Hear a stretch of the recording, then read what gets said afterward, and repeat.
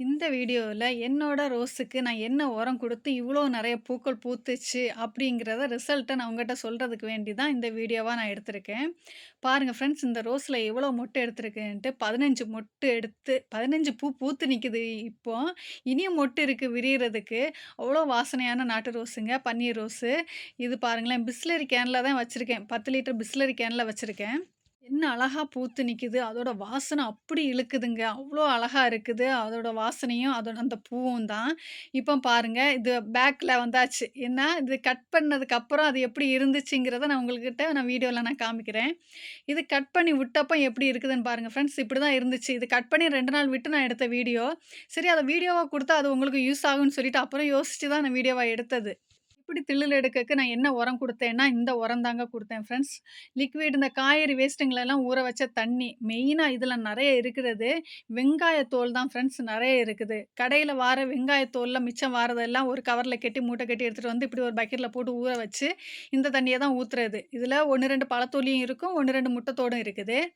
இத மிக்ஸ் பண்ணி அதோட நிறத்த பாருங்க ஃப்ரெண்ட்ஸ். இப்படி தான் நான் இடையில மாடித்தோட்டம் கிளீன் பண்ணேன் பார்த்தீங்களா, அப்போ இந்த தண்ணி தான், இந்த லிக்விட் தான் நான் செடிங்களுக்கு ஊத்துனேன். இதே மாரி தான் இந்த ரோஸுக்கு நான் குடுத்தேன் ஃப்ரெண்ட்ஸ். அதனால தான் உங்கட்ட நான் சொல்றது. இந்த வெங்காயத்தோல், பழத்தோல், முட்டை இந்த 3ம் நல்ல எஃபெக்ட் குடுக்குது என் மாடி தோட்டத்தில. அது குடுத்தத நான் உங்ககிட்ட இப்ப ஷேர் பண்ணிட்டுருக்கேன். உங்களுக்கு யூஸ்ஃபுல்லா இருக்கும்.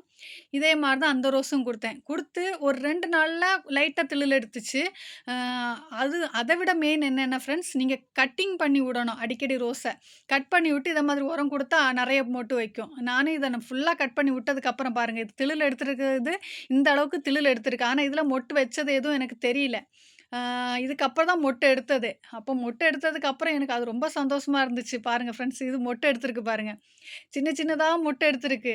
மொட்டு எடுத்தோனே எனக்கு அந்த உரத்துக்கு இவ்வளோ எஃபெக்ட் இருக்காங்கிற ஒரு சந்தோஷம் எனக்கு மனசுக்குள்ள.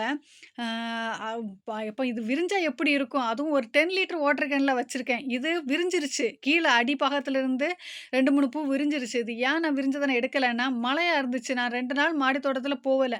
அந்த டைம் இது விரிஞ்சு போயிருச்சு இந்த பூக்கள். அப்புறமா மனசுல நெனச்சேன், மேலலாம் மொட்டு நிக்குதே, அந்த மொட்டெல்லாம் விரியக்கூடிய டைம் நான் உங்களுக்கு காமிக்கலாம். இது தொலைஞ்சா கூட பரவாயில்லன்ட்டு. திரும்ப போய் பார்க்கக்கூடிய டைம் ஒரு 2, 3 பூ விரிஞ்சு நிக்குது. அப்போ நான் நெனச்சேன், எல்லாம் செக்ஷன் செக்ஷனா விரியுமா இருக்கும், மொத்தமா விரியாதா இருக்கும் அப்படின்னு மனசுல நெனச்சேன். இப்ப மேல இருக்கிற இந்த மொட்டெல்லாம் பார்க்கக்கூடிய டைம், இது நாளைக்கு விரியுமா இருக்கும். அப்ப நாளைக்கு வந்து நான் சேர்த்து வீடியோ எடுத்து காமிச்சா நல்லாருக்கும் அப்படின்னு மனசுல நெனச்சுக்கிட்டு போனேன். ஆனா, நாளைக்கு மழை பெஞ்சா மாடி மேல வர முடியாதுன்னு நெனச்சுக்கிட்டு இருந்தேன். ஆனா, காலமா வந்து பார்க்கக்கூடிய டைம் அழகா ஃப்ரெஷ்ஷா விரிஞ்சு நின்னுதுங்க. பாருங்களேன், என்ன ஒரு அழகு பார்க்குறதுக்கு. இது காலையில எடுத்தது. லைட்டா விரிஞ்சு வரக்கூடிய டைமு. இது விரிஞ்சதுக்கு அப்புறம் சாயங்காலம் எடுத்தது. இந்த வீடியோ புடிச்சா லைக் பண்ணுங்க.